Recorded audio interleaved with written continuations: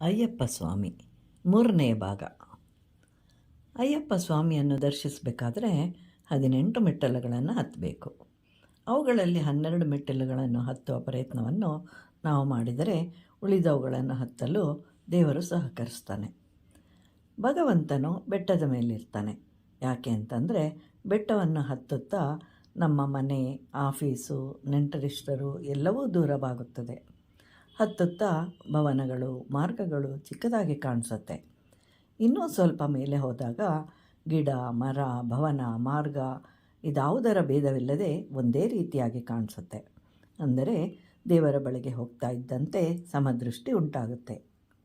ಇನ್ನೂ ಸ್ವಲ್ಪ ಮೇಲೆ ಹೋದಂತೆ ಏನೂ ಕಾಣೋದಿಲ್ಲ. ಕೇವಲ 18 ಮೆಟ್ಟಿಲುಗಳು ಮಾತ್ರ ಕಾಣಿಸುತ್ತೆ. ಅಯ್ಯಪ್ಪ ಸ್ವಾಮಿ ಮಾತ್ರ ಕಾಣಿಸ್ತಾನೆ. ಅದೊಂದೇ ಸತ್ಯ. ಜಗತ್ತು ಮಿಥ್ಯ ಅಂತ ತಿಳಿಯುತ್ತೆ. ತಾವರೆ ಹೂವು ಸೂರ್ಯನ ಕಿರಣಗಳನ್ನು ಸೋಂಕಿದ ಕೂಡಲೇ ಅರಳುತ್ತೆ. ಆದರೆ ಬೇರೆ ಹೂಗಳು ಹಾಗಲ್ಲ. ಒಂದೊಂದು ಹೂವು ಒಂದೊಂದು ಸಮಯದಲ್ಲಿ ವಿಕಸಿಸುತ್ತೆ. ಯಾಕೆ ಅಂತಂದರೆ ಕಮಲ ಪುಷ್ಪವು ತಾನು ಅರಳುವಂತೆ ತನ್ನನ್ನು ತಾನು ಸಿದ್ಧಪಡಿಸಿಕೊಳ್ಳುತ್ತೆ. ಅದೇ ರೀತಿಯಾಗಿ ನಾವು ಸಹ ಭಗವಂತನ ದರ್ಶನಕ್ಕಾಗಿ ಪರಿತಪಿಸಿದರೆ ನಾವು ಸಹ ಪರಮಾತ್ಮನನ್ನು ಸೇರ್ತೇವೆ. ಅದಕ್ಕಾಗಿ ತಪಿಸಬೇಕು. ಅದೇ ತಪಸ್ಸು. ಆದ್ದರಿಂದ ದೀಕ್ಷೆಯನ್ನು ಪಡ್ಕೊಳ್ತಾರೆ.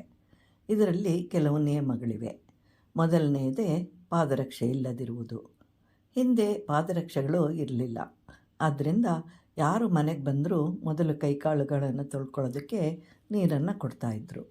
ಇದರಿಂದ ಶುಭ್ರತೆಯನ್ನು ಕಾಪಾಡಿಕೊಳ್ಳೋದು. ಸುಳ್ಳನ್ನು ಹೇಳಬಾರ್ದು. ಕಪ್ಪು ಬಣ್ಣದ ವಸ್ತ್ರಗಳನ್ನು ಧರಿಸಬೇಕು. ತುಪ್ಪದಿಂದ ಅಭಿಷೇಕವನ್ನು ಮಾಡ್ತಾರೆ. ಸಂಸ್ಕೃತದಲ್ಲಿ ತುಪ್ಪವನ್ನು ಸ್ನೇಹದ ಸಂಕೇತವಾಗಿ ಹೇಳ್ತಾರೆ.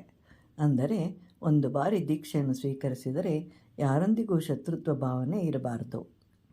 ಬ್ರಹ್ಮಚರ್ಯವನ್ನು ಪಾಲಿಸೋದು. ಯಾಕೆ ಅಂತಂದರೆ ಅಯ್ಯಪ್ಪ ಸ್ವಾಮಿ ಬ್ರಹ್ಮಚಾರಿ. ಅವರಿಗೆ ಕೆಲವು ನಿಬಂಧನೆಗಳಿವೆ. ಆ ಪ್ರಕಾರವಾಗಿ ಅವರು ಅದನ್ನು ಪಾಲಿಸ್ತಾರೆ. ಅದನ್ನು ಎಲ್ಲರೂ ಗೌರವಿಸಬೇಕು. ಹೀಗೆ ನಿಯಮಗಳನ್ನು ಪಾಲಿಸುತ್ತಾ ಸ್ವಾಮಿಯನ್ನು ಆರಾಧಿಸಿದಾಗ ಚಿತ್ತಶುದ್ಧಿ ಆಗುತ್ತೆ. ಆದರೆ ಇದರಿಂದ ಮೋಕ್ಷ ಸಿಗೋದಿಲ್ಲ. ಮೋಕ್ಷವನ್ನು ಹೊಂದಲು ಸಹಕರಿಸುತ್ತೆ. ಆ ನಂತರ 18 ಮೆಟ್ಟಲುಗಳು ಮಾತ್ರ ಕಾಣಿಸುತ್ತೆ. ಅದನ್ನು ಹತ್ತಿದಾಗ ಅಯ್ಯಪ್ಪ ಸ್ವಾಮಿಯ ದರ್ಶನವಾಗುತ್ತೆ. ಅದೇ ಮಕರ ಜ್ಯೋತಿ.